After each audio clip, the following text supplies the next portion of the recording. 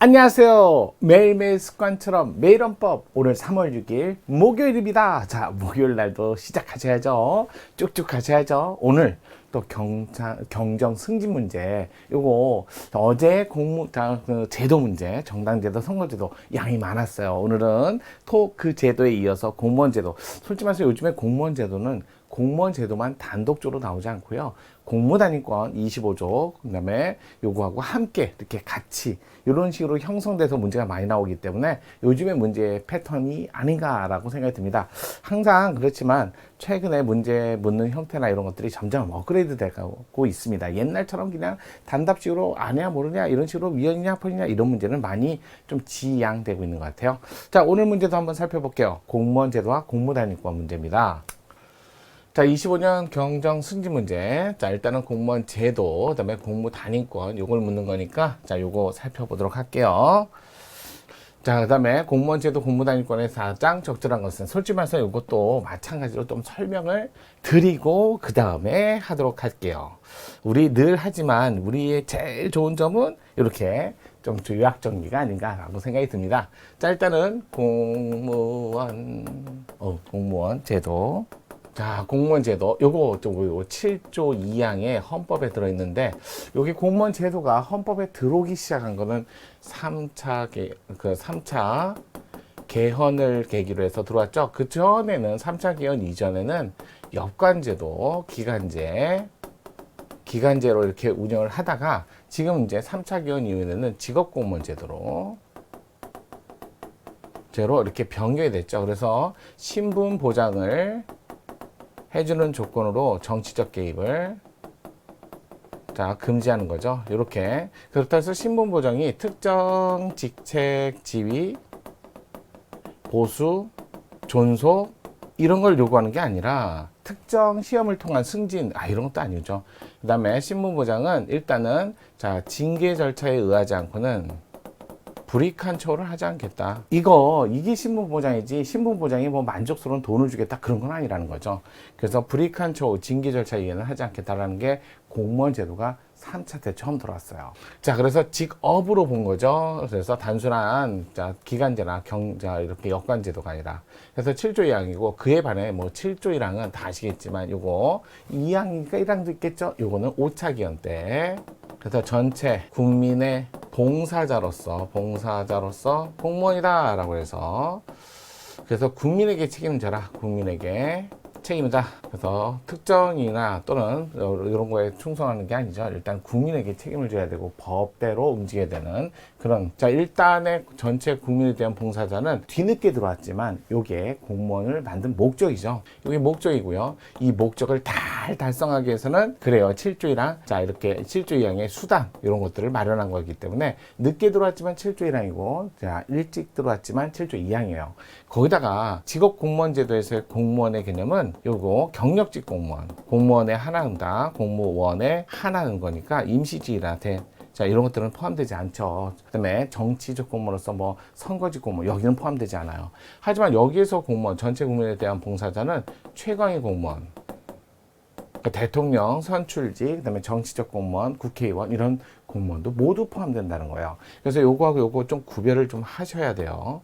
자, 옛날에 이렇게 공무원 제도 거기다가 이거 헌법적 보장이죠. 헌법적 차원의 보장으로서 원래는 법률 세계에 있던 거를 헌법에다 올려서 그것도 모두 올린 게 아니라 제도 중에 본질적이고 기본적인 거 입법자의 남용으로부터 보호하기 위해서 제도의 본질만 헌법적 차원의 보장했어요. 그러니까 원래는 법률 세계의 제도로서 이렇게 돼야 되는데 자, 이게 헌법적 차원의 보장으로서 이렇게 갖고 헌법에 제도 중에 본질적인 것만 이렇게 살짝 본질적인 거 기본적인 내용만 이렇게 살짝 올린 거죠. 그래서 이거는 최대한의 보장이 아니라 최소한의 보장이다. 이렇게 보시면 될 것 같아요. 그래서 최대한의 보장이 아닌 최소한의 보장. 그래서 헌법적 차원의 보장이다. 이렇게 보시면 될 것 같아요. 자, 이런 상태에서 헌법적 차원의 보장을 했을 때 그 제도 보장의 성격. 근데 헌법의 25조에 보니까 공무단위권 요거. 아예 아무런 관련이 없다가 아니죠. 공무단위권 그러면 여기는 공무단위권과 공무원제도 서로 연관됐는데 왜 그런다? 공무단위권에는 기회라는 거 하고 공직 사무 수행 중에는 이렇게 되는 거죠. 공직 사무 수행 중에는 자 뭐요? 징계 절차에 의하지 않고는 불이익한 처우를 받지 않는다 해서 어떤 불이익 그러니까 징계 위에는 징계 외는 불이익을 받지 않는다. 이게 이제 같이 포함되는 거죠. 이 기회는 자 공직 어떻게 됐든 취임의 기회. 누구나 시험을 봐서 취임을 할 수 있는 기회. 그 다음에 자 공직 승진 기회. 이것도 있지만 그렇다 해서 공직 승진이 특정 시험을 통한 승진, 시험 승진 요거는 없어요.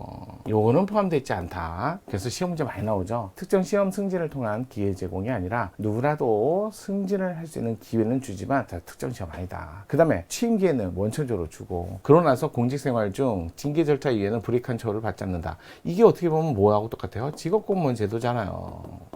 따라서 직업공무원 제도 아유 그래요 공무단위권에는 직업공무원 제도가 포함되어 있다 이렇게 포함되어 있다 해도 맞는 지문이라는 거죠. 요게 이렇게 공무단위권엔 직업공무원 제도가 포함되어 있다 맞습니다. 이렇게 정리하시는 게 좀 좋을 거예요. 그러다 보니까 25조하고 20자 그 공무원 제도하고 함께 나오는 게 많아요. 여러분 시험에 제일 많이 나오는 거 있었죠.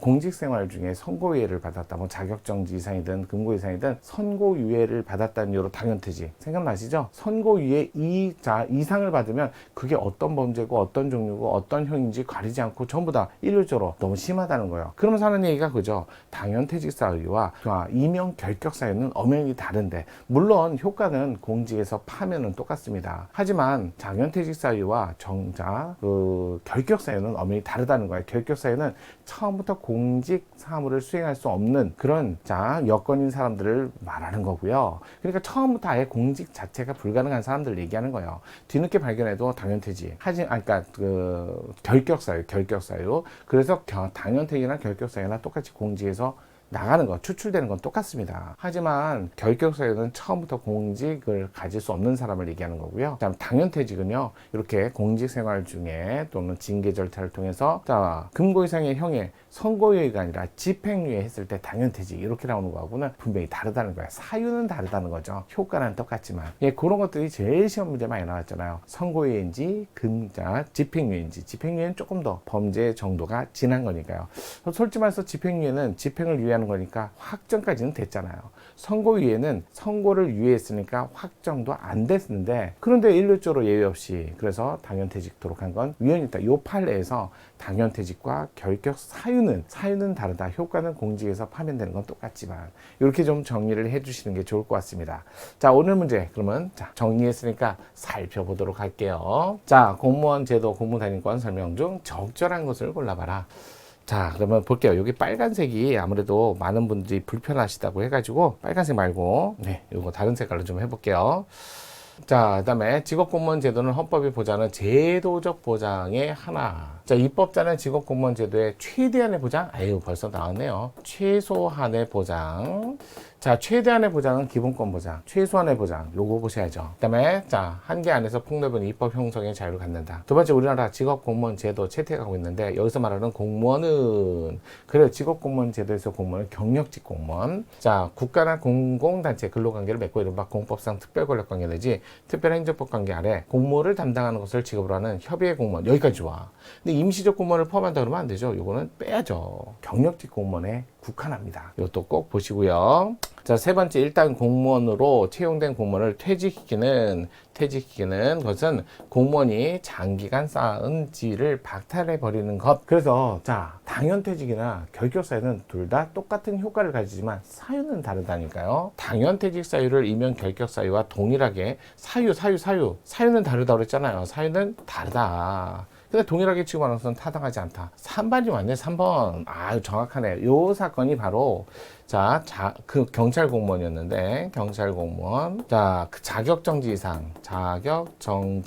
이상의 선고유예를 받았을 때 당연퇴직 이렇게 해서 범죄 종류와 관계없이 이제 술액자가 아닌 경우에는 이거 선고유예 받았다는 이거 위헌 결정 받았잖아요. 이 위헌 결정하면서 당연퇴직 사유는 당연퇴직 사유와 결격 사유 공무원 임용 결격 사유 이거는 서로 다르다는 거예요. 효과는 같지만 요 판례에서 이런 얘기를 했던 거죠. 그래서 3번이 정답. 4번 승진시험에서 응시 제한이나 이를 통한 승진 기회 보장 문제는 시험 승진 이런 건 포함되지 않습니다. 포함된다? 바로 시험 승진을 통한 이런 것들은 포함되지 않는다. 요즘에 4번 지문 자주 나오는 거 보이시죠? 정리 잘 하세요. 승진 기회는 준다 해도 특정 시험을 통한 승진 기회는 누구나 주는 건 아니에요. 이런 건 없어요. 이렇게 정리하시면 될 것 같아요. 정답은 3번이었어요. 오늘 문제 좀 정리되셨나요? 그러면 내일도 금요일이잖아요. 같이 가셔야죠.